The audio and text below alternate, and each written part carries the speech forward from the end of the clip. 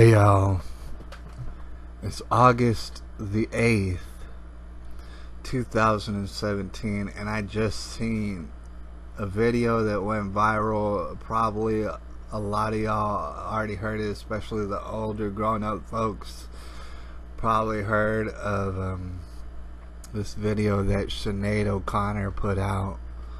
A lot of young folks don't know who that is. She was a pop star. Sort of, she was always on the fringe and stuff, but people knew who Sinead O'Connor was. They still know who she is. She put out a video detailing her bout with mental illness and fighting against suicide and all sort of things that have become very appropriate here on this channel. It's pretty much a running theme. People out there have mental illness, and it's very much going to lead to suicides in great numbers sooner than later. We've been talking about that, we've been discussing that, and this video is perfect. It's priceless. I would like to definitely thank Sinead O'Connor for putting herself out there like this. It's a very brave and dangerous thing to do. She put herself out there on that video, and it's important that we go ahead and take time to study it a little bit. Alright, assuming that you already seen the video, I want to say this for people out there who have children: don't mince my words. I want you to listen very carefully. Do not encourage your children to be pop stars, celebrities, singers, or whatever else, anything like that. In fact, discourage it. Tell them that that's terrible. Tell them that's a horrible, terrible idea. And if they're old enough, tell them that that's suicidal in nature. It's going to lead to a dark, dark path. I'm not saying don't sing. I feel very musically inclined and stuff like that. Singing is a beautiful thing, and it will get stress off your chest.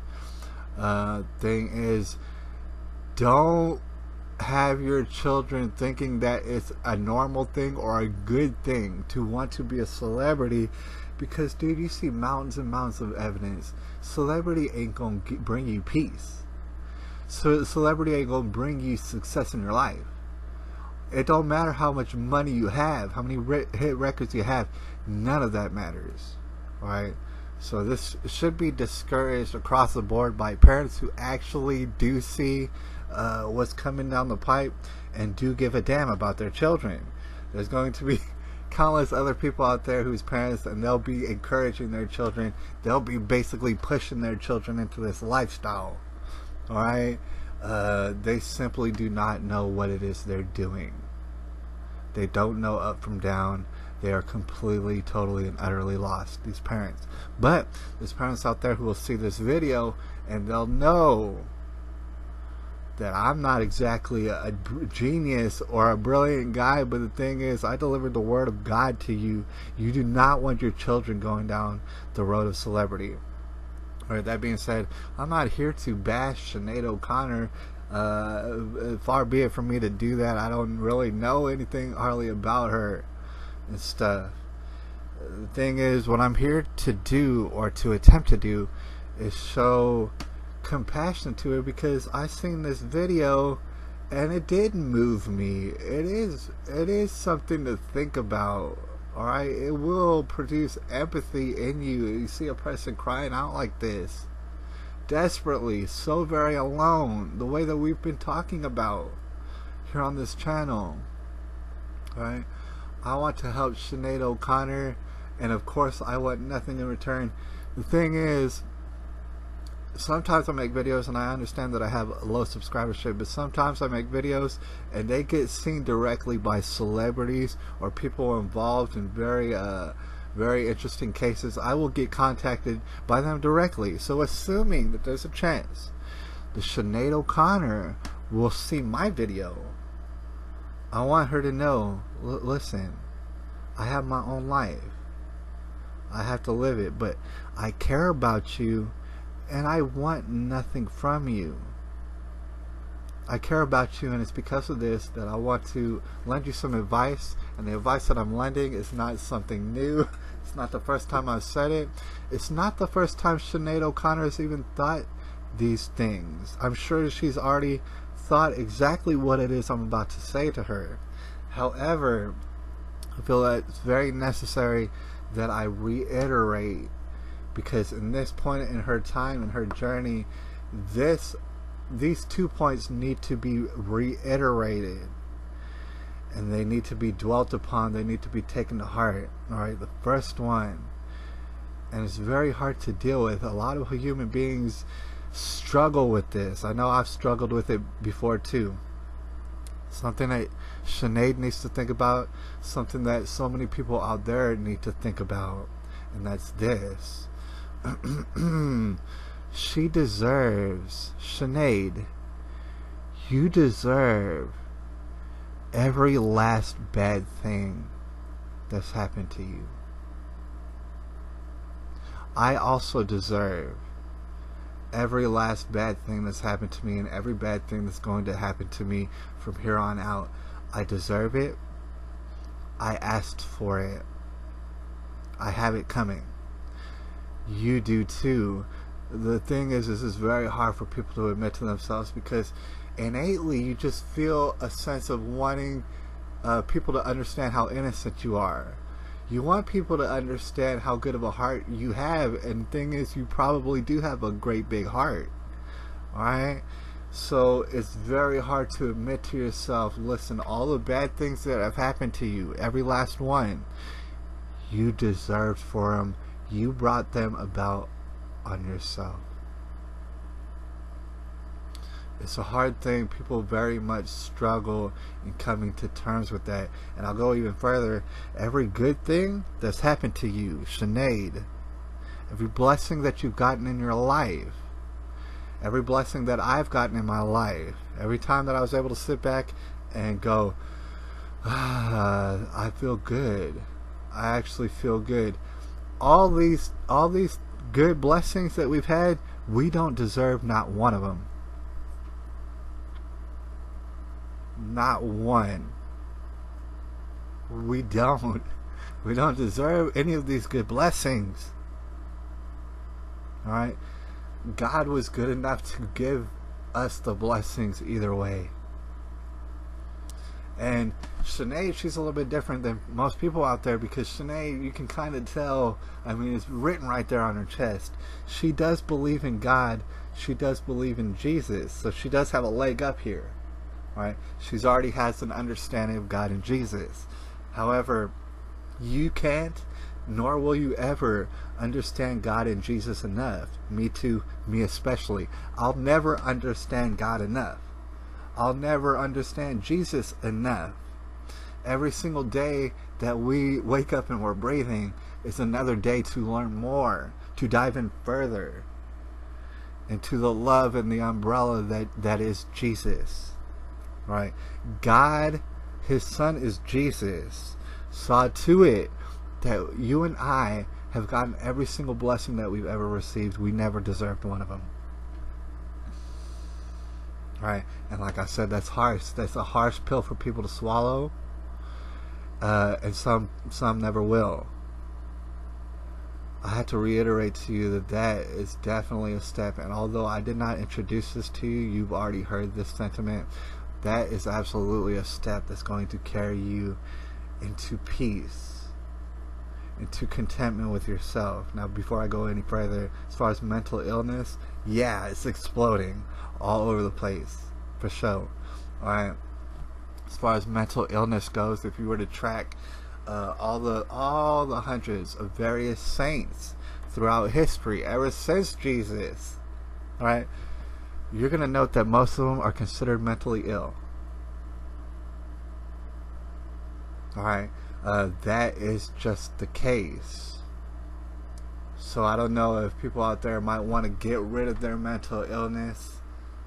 Perhaps they do. The thing is, there's no success in that, because your mental illness was given to you by God. You're supposed to use it in some sort of capacity, and I can't tell you what's that capacity. But mental illness is here for a reason. Alright? You have a purpose, Sinead. I have a purpose. All these people, these millions of people you speak of, I completely agree with you. They're mentally ill. They all have a purpose. They can all find contentment and success. Untold success. It has nothing to do with money or anything like that. Untold success and fulfillment. They can find it. They need to find God. They need to dive further into God and Jesus and never stop. In fact, never look back. All right? And I did want to address this because I feel like it's going to be beneficial for Sinead and other people who are interested in this subject. As far as your children, as far as the people in your direct life who you care about very much, right? You have to understand you've been given a raw deal by them, certainly. However, what I do need to explain is they have their own lives and situations, and you already know this. I'm not telling you anything new. I'm simply reiterating, I'm reminding you of something that's very important. These people, they live their own lives and they have their own obstacles to overcome. You know, you might look at these people and wonder, why do they treat you so insensitively? Well, how come they can't bring themselves to treat you with the type of respect that you should show any sort of human being on earth? This might be racing you through your head. Well, how come I know all these people but they're not coming to help me? How come I feel so alone? How come I have a voice in the back of my head saying, oh, you're alone, you're alone, you're alone? And then you look around and you see evidence to show you that these people aren't here for you in the capacity that you'd want them to be. It's very important, it's crucial that you remember this. These people cannot help what they do. They know not what they do. Sincerely, they don't have a clue. The reason is because their anger is blinding themselves. Their self-victimhood.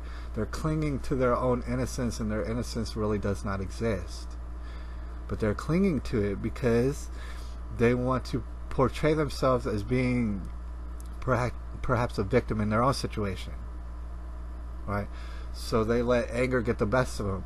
They let the voices in their head speak to them and convince them of absurd things. They know not what they do. They can't control it. They might have animosity towards you. They might have all sort of feelings. They might be feeling some sort of way about you. It's important. It's so paramount that you forgive them. And you understand they're not in control of what they do. They're being misled. They think that they have free will. No, they do not. They're being told how to live their lives. It is not by God. It is not by Jesus. I'll give you some guesses on who's trying to tell them how to live. Alright? They also care about you. They care about you deeply. They don't know how to show it. They don't know how to get over their own obstacles. They don't know how to get over their self-victimhood, probably. They don't know how to get over their anger. Anger has them in a prison right now. And they can't control it. And I feel like if Sinead, if you were to dwell upon these certain items and other things that you can find in and outside of the Bible, if you're to dwell on these simple truths, you'll be finding more hope. You'll be finding more light at the end of the tunnel. You'll have a reason to get up in the morning. You'll have purpose. You'll understand that you'll have a drive that cannot be stopped, that will not stop at your death anyways. Alright, you'll find that you'll have all sort of reasons to live. Alright, and I want you to continue living. I want you even more to be content with the life that you have, to be able to savor all the blessings that God has given us, to feel success permeating throughout your whole spirit. I want all of these things for you. At the same time, I think it is a bit of a misdirection in order to think that there's a way of curing, or there's a way of somehow alleviating the mental illness that you experience. What I'm suggesting to you humbly for your consideration is that you try to harness the power of your mental illness, such as the way of all these different various saints all throughout history. And you'll find success. You'll find a relationship between you and God that cannot be broken, it cannot be faded, it cannot be taken away by anybody. Alright? Anyways, holler at me if you see fit. Anybody dealing with any of these problems, holler at me if you see fit. I'll be here. I don't have nothing better to do than to listen to y'all. Alright? So it's August the 8th, 2017, and I'll be here.